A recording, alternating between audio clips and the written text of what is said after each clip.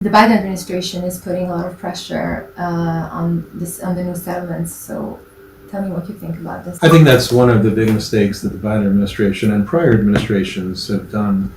First of all, I don't even like to use the word settlements anymore. I started calling them towns, cities, and neighborhoods a couple of years ago when I was in Yerushalayim, in Jerusalem, and I think people should completely switch to that name because originally I understand the origin of the word, but it's become a very negative word. People speak as if, the Israelis are building these mobile home camps, gobbling up land and all that other things. They don't understand that these are cities that people live in, kids go to school in, people work in. So let's first call it what they are. The second is, there is no peace not because of, I'll use the word settlements here just because it's easier. Yeah. The lack of peace isn't because of settlements. It is, unfortunately, the first thing out of any diplomat's mouth and out of any politician's mouth. I can't tell you how many meetings I have been in around the world and in the White House where, they take out their talking card and the first thing is they complain about Israel and those so-called settlements.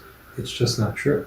They say they want a contiguous piece of land. Let's assume there's a possibility of a Palestinian state, whether based on the plan that we wrote for President Trump with President Trump or something else. How could it be with the settlements? You know what?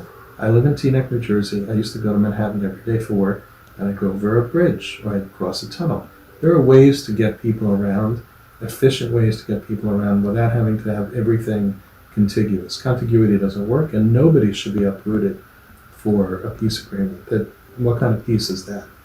Another thing I'd like to point out is nobody talks about the Palestinians building, right? There are Palestinian settlements.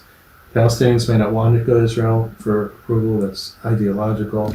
They may not get some approval. I know there's talk now about the Israeli government approving settler homes, Palestinian homes rather, which I'm not against, if that's what the Israeli government wants. But the focus always is on what Israel is doing wrong. I'd like to see those same diplomats talking about the Palestinian building as well. I think anybody who speaks about it ought to visit, ought to understand, ought to meet the people who live there so they understand what they're talking about. Stop calling them settlers, they're Israelis.